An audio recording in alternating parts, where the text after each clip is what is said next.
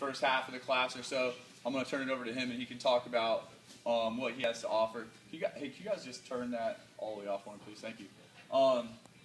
Who here has tried paleo or is eating paleo? All right, so a couple people. That's good. That's a start. It's pretty much like understood as like the diet of CrossFit. You know, when you tell people you're a CrossFitter, they're probably like, "You do that crazy paleo diet?" You guys probably all heard that plenty of times. I think the paleo diet is a good way to eat. I like it for a lot of reasons. Some of the big ones, it's a healthy way to eat because it emphasizes eating food that's real. So, like something that's as close to its natural state as possible, and that's where you're going to get the most nutrition. It's not stuff that's loaded with ingredients that you can't pronounce, stuff that sounds like chemicals. That stuff's not good for you. You don't want to put that in your body. So it's real, it's non-processed. Paleo, by its nature, is high in protein, which is why it works really well for CrossFitters, because you guys are in here constantly abusing your body day in, day out, abusing it in a good way, day in, day out. If you're not getting protein, you're not recovering, you're not building muscle, you're not gonna be successful as you could be in the gym. It's also good because paleo diet emphasizes getting healthy fats. So fat, I know in America, fat is a bad word. It's like, stay away from it at all costs. That's what you've been told since you were a kid. It's been ingrained in you. It's everywhere. But the fact of the matter is that if you didn't eat fat, you would die. Your body absolutely needs it. There are fats that are absolutely essential to your survival and to your health. It's good because it's low carb, it's low sugar. And that's a big one, especially when it comes to so this body transformation challenge. The best way to transform your body, one of the easiest ways right away, is to really cut back on the sugar and cut out a lot of the carbs. And I also like the paleo diet because the foods in the paleo diet are not highly inflammatory. So they're easy on your body, and we'll get into that a little bit more. Something like grains, you guys are probably you're like, paleo, that's crazy, you don't eat bread? Bread's healthy, it's good for you. Well, it causes inflammation in your body, and that's one of the reasons we want to avoid it. More on that down the road. So the first thing, talking about carbs.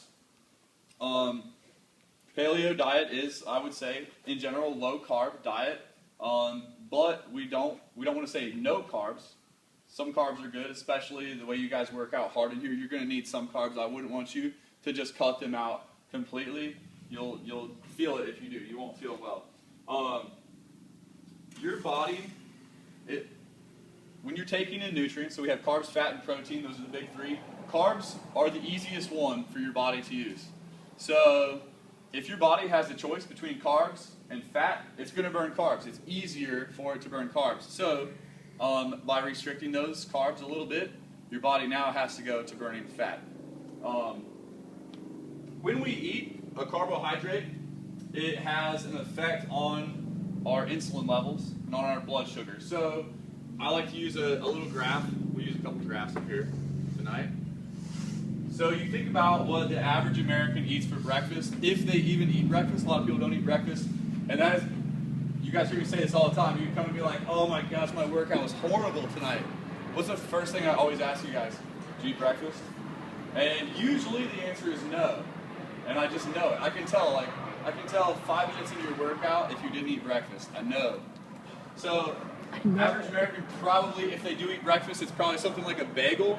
Well, you guys that like work in offices, you show up to work and it's like, hey, we got healthy breakfast. It's bagels.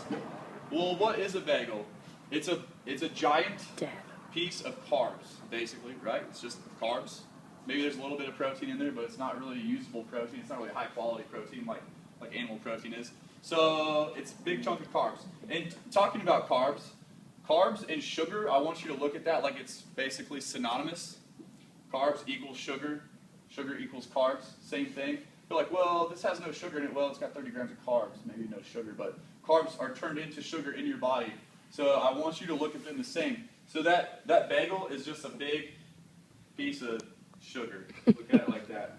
So you eat that, you wake up in the morning, you know that feeling like, oh, I don't want to get out of bed, I feel like crap. and then you feel like crap until you eat breakfast. You guys all know that? Mm-hmm. I do. I don't start my day without breakfast. Like, won't do it. So there's that bagel, and that bagel is going to have right away. It's going to cause a spike in insulin. It's going to cause your blood sugar to go up. Then you'll feel better, and then you're like, oh, I'm ready to start my day. Until it wears off very quickly, and then now you crash again. So then it's like, I don't know what, maybe a donut. People have like donut break halfway through the morning or something, or like you need that mid-morning snack. So then it's like more carbs, and then you get that spike again. And you feel better for a little while, and then you crash. And it's up and down, especially like maybe here's lunch, and then this is like 2 o'clock when you're falling asleep at your desk.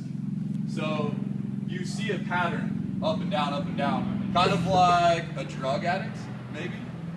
So think about food like it's a drug. It's really that powerful in your body, especially when you're talking about carbs, because you do get addicted to that. You guys think about how you felt after maybe going home for a week or being with your family for a week at Christmas. Like, oh, I'll just have a couple of these M&Ms. I'm just gonna have like a few of these cookies. I'll just drink this soda, and then pretty soon, like, you feel you need it. If you don't get it, you like get the shakes. That's your body going through withdrawal. Carbs are a drug. So,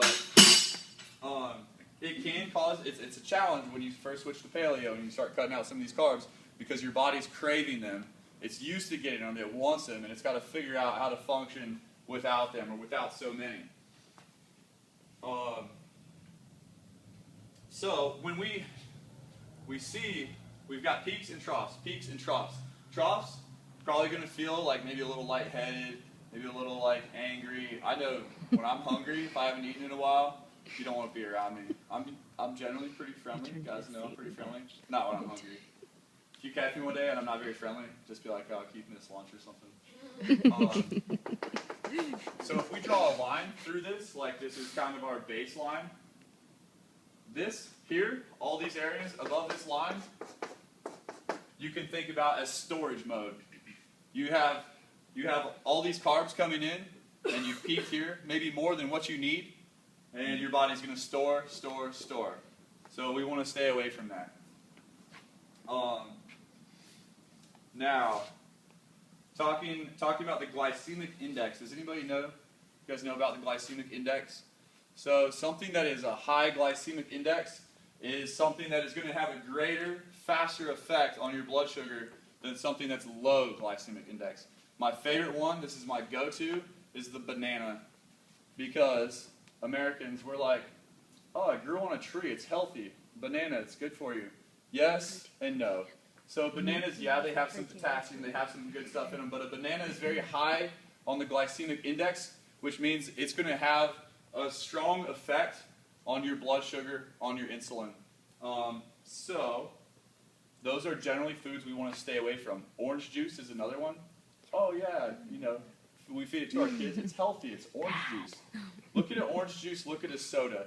How is the label different? Orange juice has some vitamin C. Okay, so you just gave your kid soda with vitamin C, basically. I'm not saying don't ever eat bananas or don't ever drink orange juice, but just be aware of the effect that it's going to have on you when you put something really sugary like that in your body. Something that's maybe a little more lower glycemic index, maybe like an apple. Because if you just look at a banana compared to an apple has a tougher skin. It's a little bit harder for your body to break it down. So it's not going to give you quite as much of an effect here.